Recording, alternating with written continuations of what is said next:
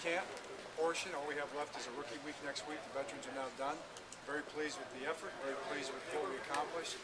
I think we're in a good place as a football team. We'll get about 5 weeks away on our own now to continue to prepare to have a great training camp. So that's where we're at.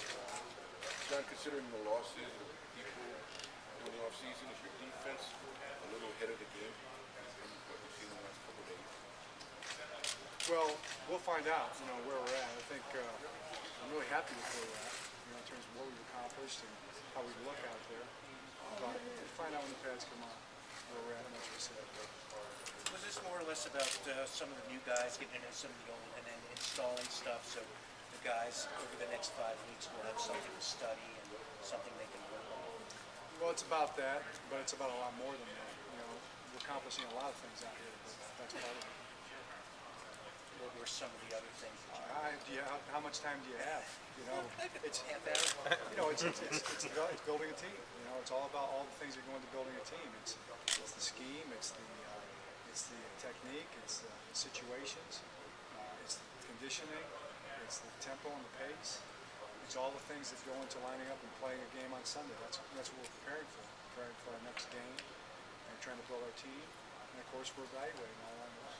John, what have your impressions been of Chris Canty so far? Kind of the way he can do a lot of things along the line of scrimmage. Yeah, very positive impressions of Chris Canty. He can do a lot of things along the line of scrimmage. He's a good player, very good player. And he's a really good worker, tremendous attitude. I really like him a lot. John, Is it a little different building a team at times like this when you got so many new faces and with so many guys who are so accustomed to having for such a long time not here? Well, I feel like we've had this situation every year. I think if you count the numbers, we've always been in situations where we've had to replace a lot of guys, and it probably gets a little more attention because of who those guys are, but I don't know, Todd Heap was a pretty big name, and Derek Mason, and Corey Reddy was a very valuable part. The list goes on. But when you're talking about two first ballot Hall of Famers, that does have an impact, and it's the first time we've had to deal with that, so it has been difficult. John, can you provide an update on Ed Dixon? He has been out here the past couple of days. Ed had a groin strain, so we're just resting him, and he wasn't able to practice. Okay. With Adrian Hamilton, is it too early, or did you guys get a quick report on? Got a quick report. It doesn't seem serious. It was all muscular, so it should be fine. That's early. John, when you guys re-signed Brian McKinney, you said you were looking forward to see Brian coming in. How would you assess his work through OTAs and just his overall condition? Yeah, Brian did a really good job. He moved really well in this camp, as well as he moved at the end of the year last year when he started, practicing so well and playing so well. And he looks healthy, and he'll continue to work on his conditioning that's always for all of us. That's always year-round, life-round proposition. But he seems to be very committed. I love the way he's playing and his effort. Now, sometimes your head coaches who won a championship talk about they talk to another coach about how they went out defending. Do you think it's that big of a deal that you may want to talk to somebody that did it, or you just kind of see the games the way you have?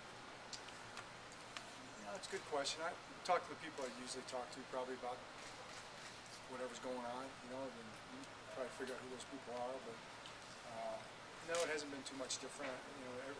Every year you face different challenges, and this is new in a lot of different ways. So you just try to do the best you can and make good choices and good decisions. We have a good team here. We've got a lot of players that really care. We've got a lot of leadership, young and veteran leadership. We've got a great building, from Steve Bisciotti right on through.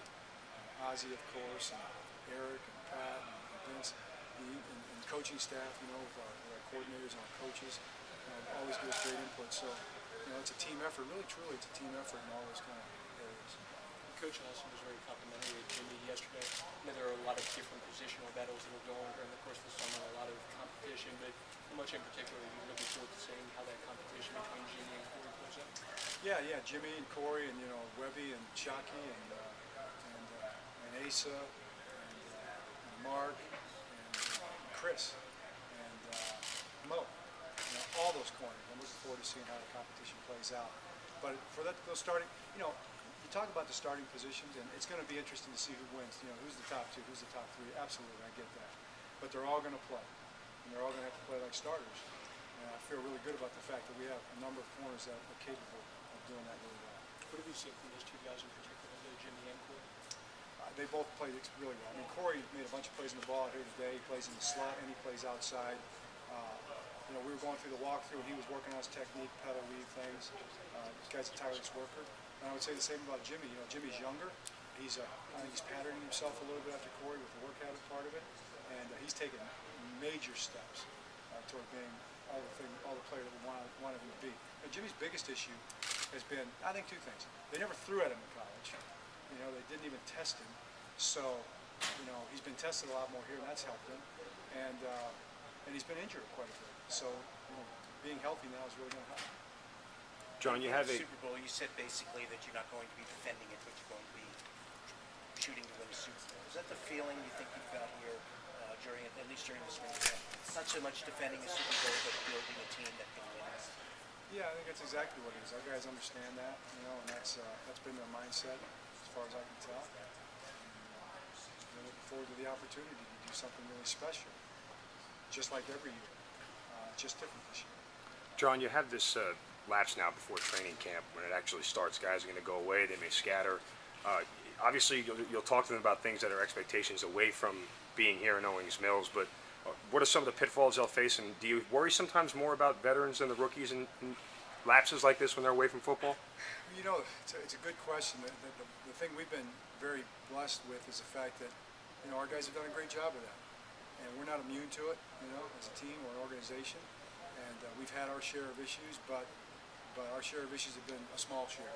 So I would expect our guys to continue to do a great job of just being pros and being you know, quality people and citizens, you know. And I'll be very surprised if anything like that's a problem. And we'll be doing this. You know, we like vacation a lot. You know, we're going to be getting away and getting some great family time. More demands than safety in past years when you're not defending the champion. No, fortunately not. No more demands. You know, not that we have on the itinerary anyway. Were you expecting more demands on your time? On your free time?